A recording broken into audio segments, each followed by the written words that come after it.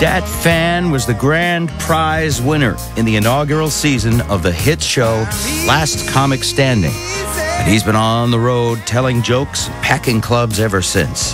He's also appeared on Leno, done voice work for The Family Guy, was named one of the 10 most influential Vietnamese Americans by the Smithsonian Institution. Dat Phan, welcome back to the Bob Rivers Show. It's been a while. How you doing? Good, good. I still listen to you guys' CD, and when I saw Bob Rivers on the thing, I was excited to come back and talk to you. I think it's been like 3 or 4 years. Don't you see why people cry during the Olympics when we don't win the medal? But which reminds me, you know what? I'm happy that Vietnam's competing, but I'm pretty upset that we did not win the kayaking. You figuring the people who would know about boat rowing would be my boat. No, seriously, you know what I mean? Absolutely. You're right. Absolutely. Except we would just keep rowing to America. Is what we just. What did Vietnam come? What's the best athletic sport in Vietnam? Like, what do they do the best? You know what? They won a silver in weightlifting. Can you believe that for the small guys? I don't know what it is. The smallest weight class. Right. So I never thought that we'd win in weightlifting because we're trying to. Because we just had the Miss America pageant or Miss Universe pageant in Vietnam, and one of the skinniest was Miss Vietnam, and they asked her what the secret was. She goes, "I'm so hungry." I'm hungry. Winning combination. Now, right. I'm curious. I don't know if you're aware of this controversy, but watching the Olympics here in America, of course, our media needs to manufacture controversies, whether there are any or not. A lot of people are saying that the Chinese gymnasts who are required to be 16 years old, yes, minimum, are not looking like they're 16. But I just asked you off the air how old you were. You said 33, and you don't even look 23. But, so you know, the thing is, Asians, we look young until we're about we look young our whole life until we're about 50, and then once we're 50, we look like we're 500 years old. That's the drawback. You become young. You know what I mean? We either look like we're 12 or 500. There's no 40-year-old looking Asian. You know. Well, you don't go over a hill; you go over a cliff. We over. We go over the anomaly into the center of the universe, and we disappear into the abyss. I mean, it's either kids or Yoda. It's one of those two. Right. So you are watching the Olympics? I'm watching the Olympics very close, and you know it's weird because I think recently we have more and more professionals coming in, right? You know, like Kobe Bryant and all these guys, and Yao Ming, and I'm like, wow, that's kind of an interesting, like a superheroes Hall of Justice thing going on. So I don't. Maybe you guys don't find it as interesting as I do. No, I do. In fact, they use those superheroes as commentators as well as competing in the Olympics to comment on other parts of the game, and that was kind of interesting. And the other thing about these Olympics, though, is that they're supposedly being held in one of the most polluted cities in the world. Oh yeah, and that it's very hard to actually compete at your top level. Oh, right. You see all these athletes that have been training, you know, out in Oregon and all that, out in the woods, and they're in great shape with fresh ocean breeze and stuff. And then, you know, you go out in Beijing and it looks like you see like Asians eating soup, and you find they're not eating soup. It's the smog in front of them. They're wearing the surgical mask, you know, welcome to China. Yeah, it's pretty insane. I can't believe they actually decided to do it there. But the opening ceremonies look pretty cool, you know. Right. Now, I don't want to stereotype. You're not from Asia. You're from Vietnam, right? Yeah, I'm from Microsoft Intel Pentium factory is where I'm from. So now, do you get home much? Do I get home? To Vietnam? You know, I might shoot a movie there at the end of this year. I have a couple of movies coming out, and I have a third movie I'll be working on out there. But I haven't been there since I was a kid, so it'd be interesting to go shoot over there. And you know, I left when I was 2.5 months old and grew up in San Diego. So you're. So I'm kind of jealous of you guys. I was saying earlier, like, you know, you have your wedding rings and all that, and I have a girl that I've been seeing for a while, and it's just, you know, you get to go home and see your wife. You know, yes, yeah, you look very enthused. No, it's kind of like. Don't look at him. Look at me. I'm actually. But we take turns. Like this week, it's good for me. It's okay. Yeah. So, are you going to marry this girl? You know what? I will tell you straight out, and I might regret saying this now, like 6 months from now or for a year when I come back on the radio station.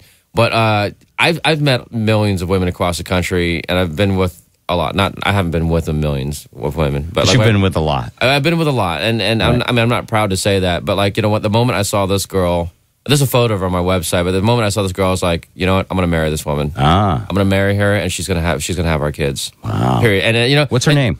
Her name is Emily. Emily. She's from. Her name is Emily Wu Gamble. She's actually half Chinese, half Irish, actually. Emily Wu is definitely half something. Yeah, she's like, well, but she has green eyes. It's like Big Trouble in Little China. She's like half white but with green eyes. And no. I mean, like I it's not like what I got. I mean, it's more like I was eating next to her. I was eating buffalo wings next to her and stuff like that. And she's that's how you met. No, you know those hot wing moments with ranch. Chicken. Oh, you got a picture of you and her together. Yes, it's picture me and her together at a dinner table, and I'm eating wings. Have you told her about the having our babies plan and all that? Oh, you know, we actually are having that. And I never, you know, I was saying to my friends, you know, I don't know if I want to have kids. You know, I'm touring, I'm shooting movies, and now I'm going. You know what? Her and I are talking about, you know, where we might have, you know, kids at. Or you know, where the kids will go to school, and where if we get married, you know, where we would live by her parents or mine, and we're having that whole talk. That's the big deal, huh? Dude, your girlfriend looks like Robin Williams. No, that's the wrong picture. You met Robin Williams. Oh, that is Robin Williams. That's so cool. Yes, I do like to date girls that look like the flubber professor. Hey, Dat Phan, tell me something you do that has absolutely nothing to do with comedy, a hobby or something that you do. In your you know what? I love playing chess and I love watching Star Trek. I'm a Star Trek geek. I'll tell you guys straight out. So I always carry a chessboard. I have a chessboard at my hotel room. And I also, I mean, I'm not trying to lure. Hey, come on, my hotel room. Yeah, no, but like play chess. Yeah. Do you guys watch Star Trek? How about some chess? Bob's been on Star Trek a couple times. I'm a monster Star Trek fanatic. You've been on Star Trek? I've been on it. What? Mike, how many times? Twice, right? As who? As expendable. Dead guy 1 and then dead guy 4. I can't believe Actually, they put me in a corner in one of the episodes because I have gray hair, and they said, well, nobody in Star Trek has gray hair, so you stand over here in engineering. And I was, you know, you got to see my ass and my white head, so I think they wanted people to think I was an alien without taking the time to make me up. What's those blue guys? The Andronians or... Mike? He's better. He's a better geek than I am. The blue guy with the antennas. Right. Boy, I can't think of it. They're on the original Star Trek, and they're also on. They had these moving blue antennas. Yeah. They were on. Actually, I met one of those guys. Why in costume? What you're saying with your white hair, like they could make you blue. Well, they could have, but I wasn't worth their time. You know, because I was an extra. On the second episode, when I had dyed my hair dark.